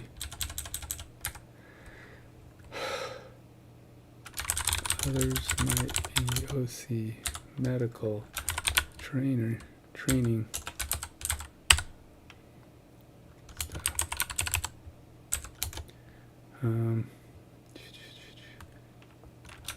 QB, QBC. What else do we have? And do I want to have GM? I don't think I want GM and owner.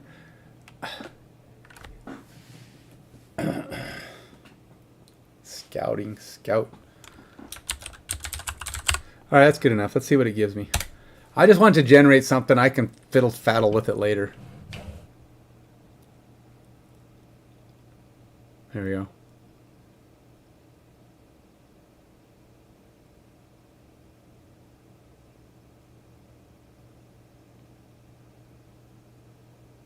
There we go. That works. And they put it right where I want it. Staff specialty C data. You're the man. Thank you, good sir. We will save that. I'm sure that's good enough. It gets what I want. And they even put in the abbreviations, which I was hoping it would do. All right, so QVC, medical staff, training, scouting. Nice. All right, that works. Higher creative staff, potentially task completed, created, blah, blah, blah. All right, perfect. All right, so that got me past that one. I do like it when I can do something like that. It's real simple to have the AI jump in there and do something. So yes, it's been grounded. I haven't actually done a lot with the AI today, partly because I'm finding myself just doing things now that I have to do them to know what I want from them. And I'm pretty sure that me and the AI have not been on the same page. So when I say, I need something that does this, and then it goes, blah, and I go, ugh, that's not what I want. That's not it. Good try. Maybe another day. So yeah, I don't get it. So let's go back to my types. I do think I need to put in, let's go over here in the root code. I'm trying to figure out how to get this laid out here.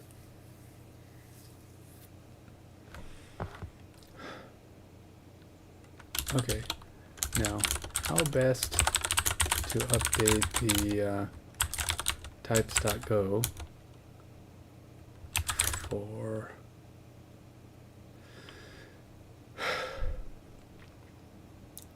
I think I'm close.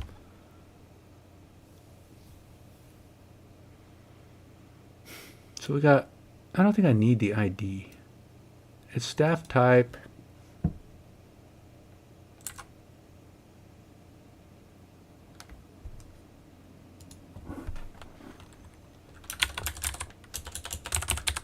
Abbreviation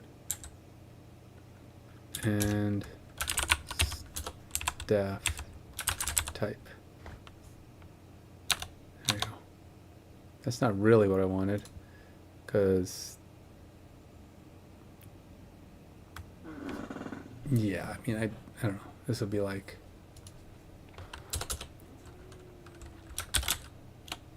coach, offensive coordinator,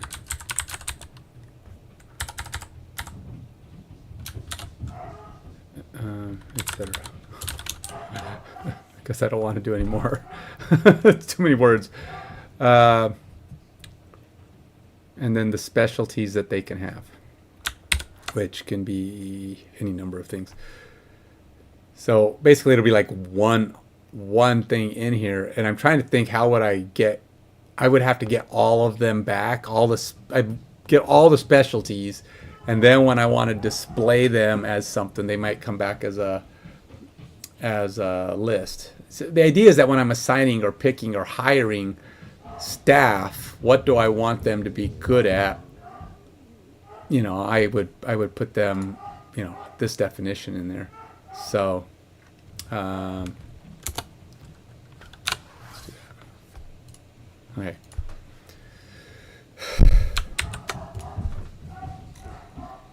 So this is just what the abilities are. This is just the list. Team staff, these guys might actually have specialties, but they're going to be listed. And I think it's just a list of specialties, and I will probably pick which specialty they have. But I will only be able to add to them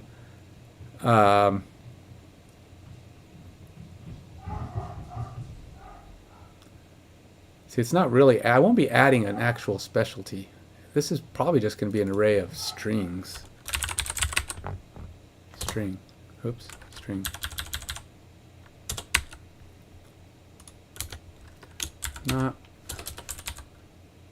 Not types, just the names of specialties. Alright, how about this? Not types, just abbreviation of the specialties. And then, because I don't want it to actually have the object in there. I mean, I don't need the whole thing. then I have to have an ID on here. And yeah.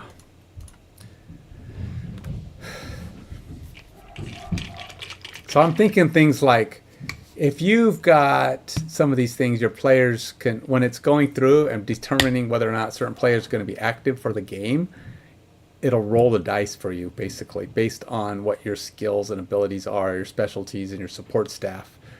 And you may have a better chance of players playing in a given game, given time.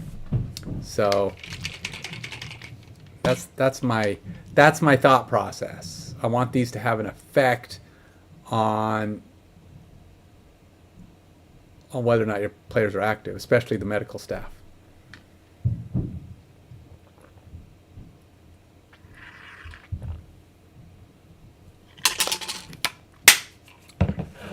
I'll have the training staff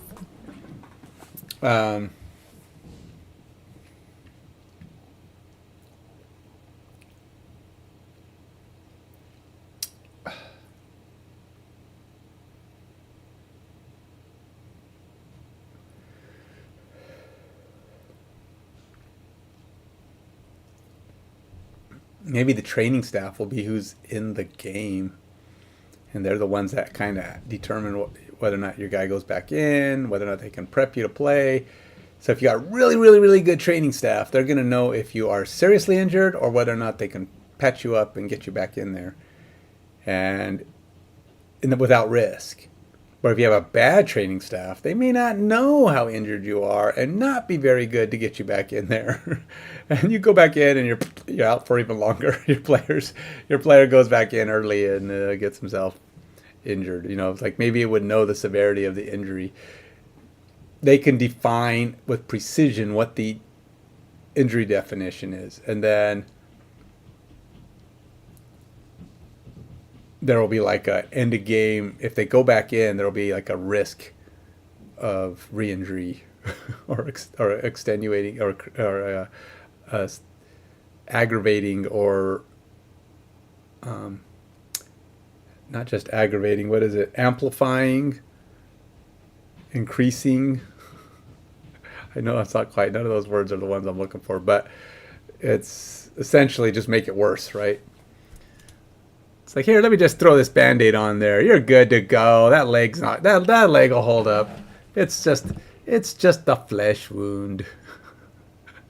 It's like, I don't know. It kind of hurts. Get in there, you big baby. Get in there and put a little work in. All right, back to what I was working on. I don't know, why is my services, my store here, kind of tripping up here? What do we got here? What do you not like? Oh, collection players. Oh, it's collection player. Which is fine. What is that? Oh. Failed to create player stats index. What is this? It doesn't, players. Oh, it's probably asking for something I don't have. Player. So this is probably team player. Get player by ID. Yeah, it's probably team player. And it's probably supposed to be PB team player. Where's player at? Oh, it is a player. What? Oh, are we just doing generic play? What are we getting this player for? Maybe that's the whole thing. It's not team player. Get player by ID. Get player by ID. Find one. Player not found.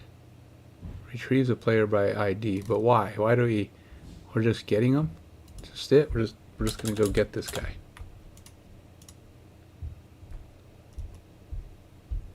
So it's not complaining about the player. What is it complaining about? Not enough return values. How many are you expecting? it's have error. Want player error. Isn't that what that is? Player and error? Huh? How is that not the right amount of return values?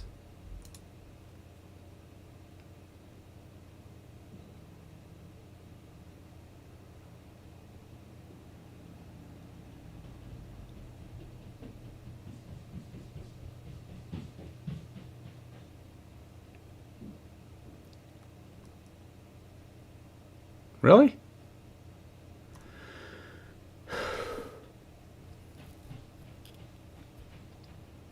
Alright, well, whatever.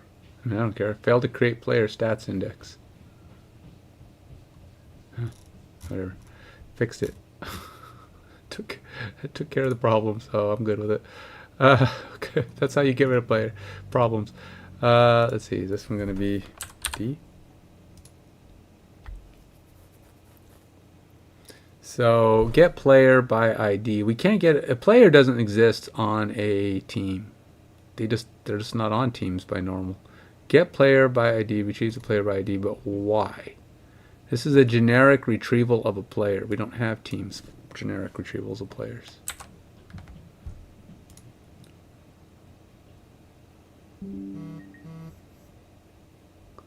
Does not exist, man.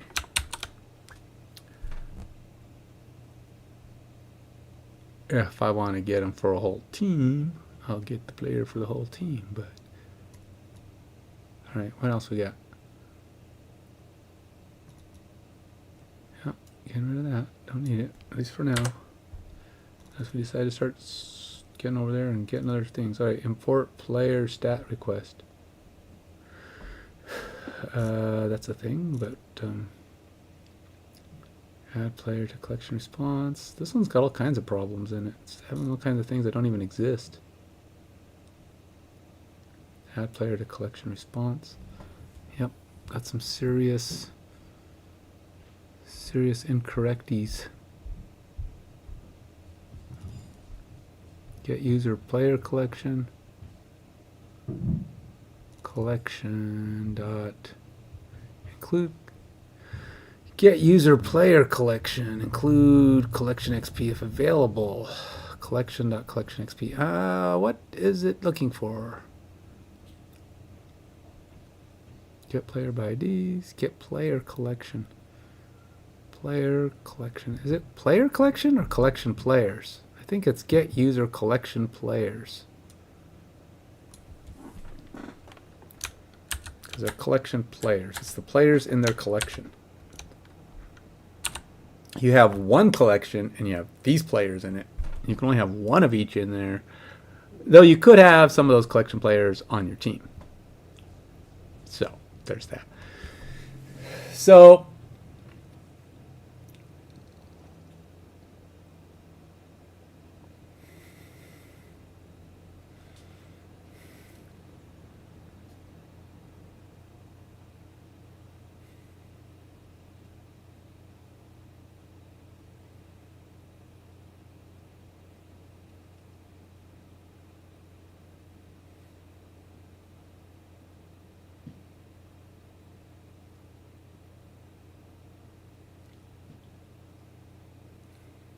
I'm going to have a weird draft in my league. I hope it works. I'm really worried about it. I'm kind of worried. I'm hoping playtesting will be able to tell me how good it is. That's why I got to get this going. Because I want people to have their collection cards, right? And I want to build a draft. Like if you want to start a league, I want the league to be able to be made up of your collected cards. So if every say you've got a 2020, say you have 5 versions of a player, 2020 to 2025. Same guy, played all 5 seasons. We'll say Russell Wilson. We'll go 2019 to 2025 to 2024 or something. Okay. He was probably pretty good in 2019 and 2020, right? But you have all 5 versions of him. So, all 5 versions will be in the draft. And when everybody's drafting, all these players exist in all their versions. Everybody's collection players exist in the draft. So there might be 5 Russell Wilsons in there because some guy has 5 of them. Maybe there's 6 because somebody has 2019, 2018. Assuming I get all those stats in there. I want to get multiple years in there just so we can have them. But as soon as someone picks a Russell Wilson, all of them go away. He's gone. So if you take the 2018 version of him, which by the way will have a higher salary, so every one of those players will have a different salary. But if you really want him on your team, you could try to play with the 2024 salary guy, who's probably going to be maybe even, and it's not salary in relation to what they actually got paid, because the 2024 Russell Wilson will have like a $2 million salary in my game. Basically, he'll have a very low salary because it's based on their skills and stats. So it's not actually what they paid. So sorry, you're not going to have to pay $200 million for a terrible player. Why would you do that? But it'll show you but they're going to have the skills and such that they had. So they may not have as good a stats, and their success in the season might improve. Maybe he comes into your team and plays pretty good. Maybe he's got what we'd call a potential level that's really high and potentially could recover it very quickly. So depending on what that is, if he can realize that. So the more potential a player has, the faster they can gain that potential. So if you have a guy that that just seems to have, like Russell Wilson, a lot of people take him thinking, this guy still got it. He's just not finding it. Maybe the team is wrong. Maybe this thing is wrong. Maybe he just can't get his mojo going, But ultimately, maybe he's just got a high potential. And that's why people are taking him and paying him, because they think he's going to come in and maybe have a resurgence. And older guys with decent potential can get their stats really fast, because it means that they've been good before and they might actually be able to get it back, and they could potentially shoot up in their skills and have a decent season. But you don't know that. It's a gamble, because if you can't make a player like that succeed right away, their chances of potential increase goes down. So their potential can change for the season or for even longevity if they're not, and the lower their potential goes, the lower the chance of them increasing. So if you got a really high potential, you got a high chance of increase. If you got a little bit of potential, it's going to be low increase. It's going to be slow. So the worse the player does with his high potential, the lower his chances of gaining anything are going to be. So he may have high potential, and this season he does okay, so he gains a little bit, and they're like, maybe he's sort of kind of doing all right. And then the next season, he has a great year and he gets a lot of it, and then of course he's going to go really slow after that, because he's hitting the top of his potential. He can't only get so good, right? But that's the idea how the potential is going to work. It's not going to be like you can hit the highest potential. It's going to have a lot to do with their success and what training and focus you put on those players. It doesn't guarantee anything. Training in particular area will make your players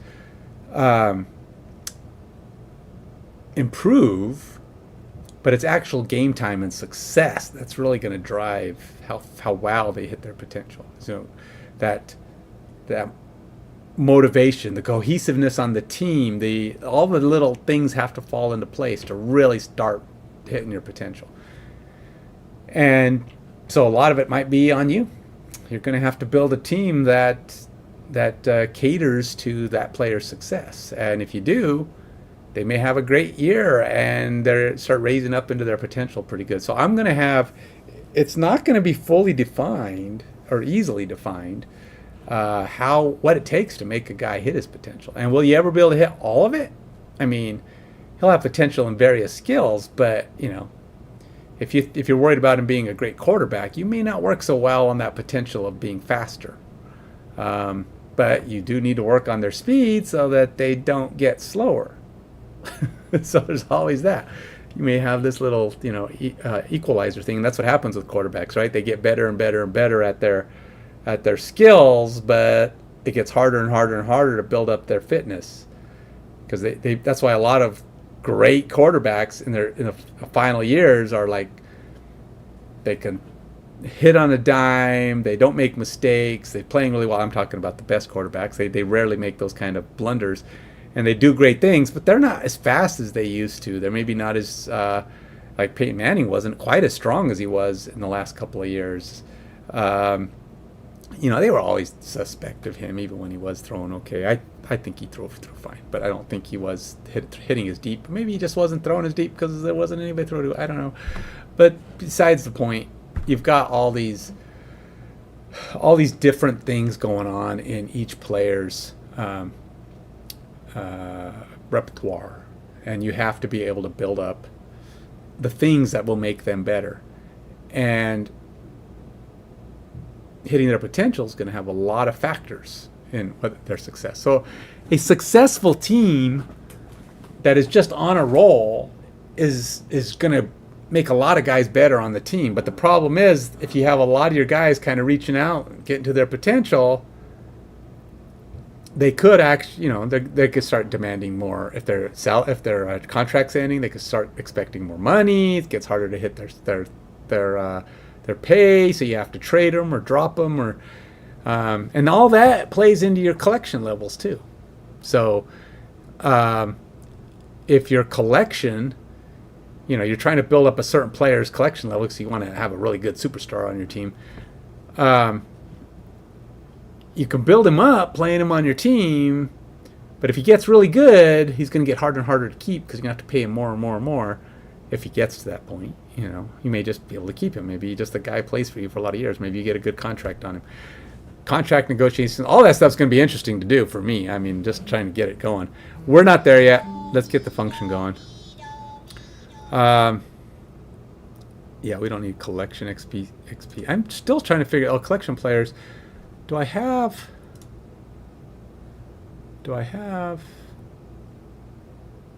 collection players here. Collection players. What do I have on here?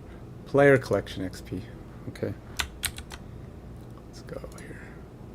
This is player collection XP. Is that what that's supposed to be called? Potential stats. Imported stats. So these are the actual players. Get collection players. I think this is the wrong thing I want. I don't think I want get detail for all players in the collection. Get details for all players in the collection. Convert to protobuf format. Oh, this is one of those.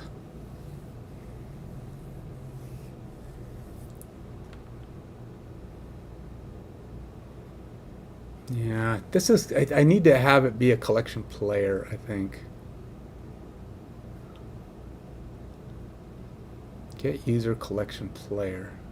Because that's a different type of player. It's not the player in their base stats. Convert map to stats.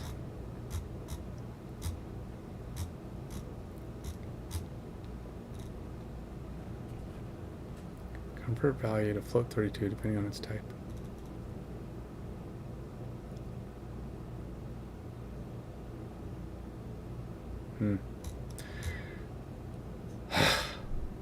I gotta stop. Time to take a break. I will be back. I will be back soon. I'm gonna go eat, go sit down with my wife for a bit, but I will be back for a couple hours. I need to take a break anyway. This has been a 2-hour stream, and I'm trying to keep them short.